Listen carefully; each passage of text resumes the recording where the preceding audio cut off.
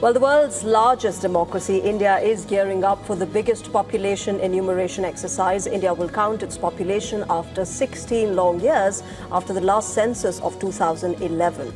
Well, the Ministry of Home Affairs has released a Gazette notification revealing a list of questions that will be asked during the exercise, and that has led to a fierce political war. First, let's tell you what will be asked. The government has released the largest set of questionnaire since the beginning of the census exercise in India.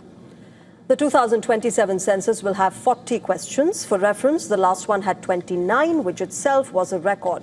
Let's dive deeper and look into what the key additional questions are. First up is caste. Earlier, remember, the questionnaire only included scheduled castes and scheduled tribes. But this time, caste data will be collected from every individual. Apart from this, remember, the census also includes a question on nationality, which the previous census did not have. Other additions are place of COVID vaccination, information about mobile number, Aadhaar number, and voter ID number. The issue of caste, remember, has been a political hot potato. Political parties and civil society groups have repeatedly asked the government to conduct caste census. Those in favor of the caste census argue that it is important to address social inequality, ensure equal distribution of resources, and monitor the effectiveness of affirmative action policies. On the other hand, critics of caste census claim that it reinforces the caste system and leads to further social divisions. Whichever side of the debate you stand on, the contentious question of caste has made its debut in the 2026 census. According to the Indian constitution, the census is supposed to be carried out every 10 years. However, it got delayed due to the COVID pandemic in 2021. This will be India's 16th census and 8th since independence. 36 states and federally administered territories, more than 7,000 sub-districts, over 9,700 towns, and nearly 640,000 villages will be covered in this census. For the first time ever, enumerators will receive and submit the data via a mobile application. Residents can log in to the application using their phone number and fill the details digitally. This will replace traditional paper-based systems. The first phase of census involving house census began in April this year. The door-to-door enumeration for most of the country is set to begin in February next year.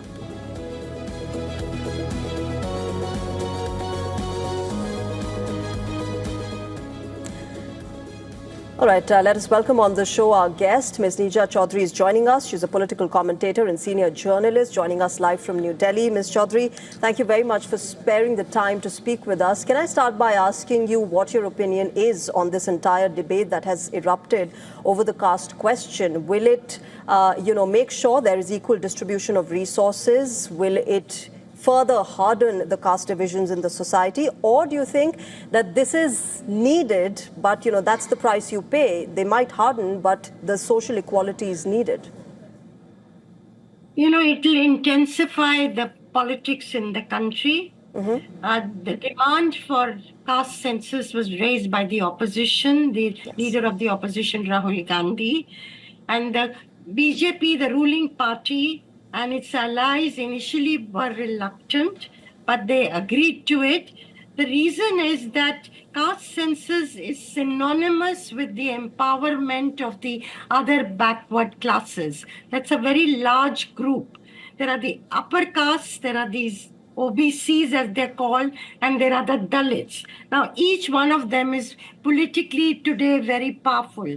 Now, the OBCs are a community, there are very many castes under them, the most backward amongst them and so on. But they are being wooed by everybody. And the Prime Minister, Mr. Modi, is an OBC. He's an OBC Prime Minister. Now, the BJP has been also wooing the OBCs. Earlier, it used to be a party of the upper caste. Now, it is a much more broad-based party. Now, that is one reason why the BJP could not refuse this demand and had to relent. Now, you see, the OBCs have 27% reservation in government jobs today. If that number goes up from the 52% that the 1931 census revealed, then their demand for a greater share of the economic pie will also grow. Now, will that create a backlash from the forward caste? And there have been several signs of late that the young people want things to be done on merit. There was, norms that were put out by the University Grants Commission, which favored the OBCs, and that was met with resistance. And as a result, the whole thing has been stayed for the moment.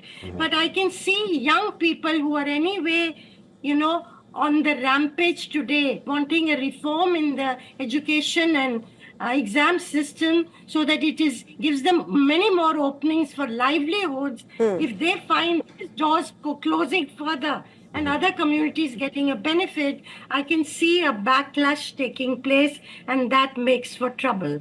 I think talking about that backlash, Ms. Chaudhary, politics of the country. Talking about that backlash, Ms. Chaudhary, do you think this caste enumeration being included in the census will be a setback for India? And how can that issue or that controversial issue be addressed? Who do you think should address that? The government has to address that. And now that they've gone in for a caste census, the other problem is they have said one category will be caste, and the person will have to themselves volunteer what caste they belong to. It's not as if a list of castes is going to be given and they tick off. Like earlier, there used to be the scheduled castes and scheduled tribes specifically named. Now, suppose you find that lakhs of people have enumerated different castes. Now, how many castes there are in India? There is a varying, assessment of it. The Home Minister had once talked about 81 lakh castes. What are you going to do about them? Then in India, one caste is an OBC backward in one state, but a forward in another state. It's a very, very complex issue. All I'm saying is to try and simplify it for your viewer, that it's going to create a divide between the forward castes and the backward castes and the Dalits. And of course, it'll fuel your politics. I'm not saying that reservation is not necessary. It is necessary as affirmative action for those who have been on the peripheries of the structure and need a helping hand. But it is going to create a turbulence of a kind I don't know how we are going to handle. All right. It's a hot potato. Yes, that would continue. Ms. Neeja Chaudhary, thank you very much. We'll leave it there. Thank you very much for joining us and sharing your perspective and decoding for us what this really means for India and the repercussions that it might have in the near future. Thank you.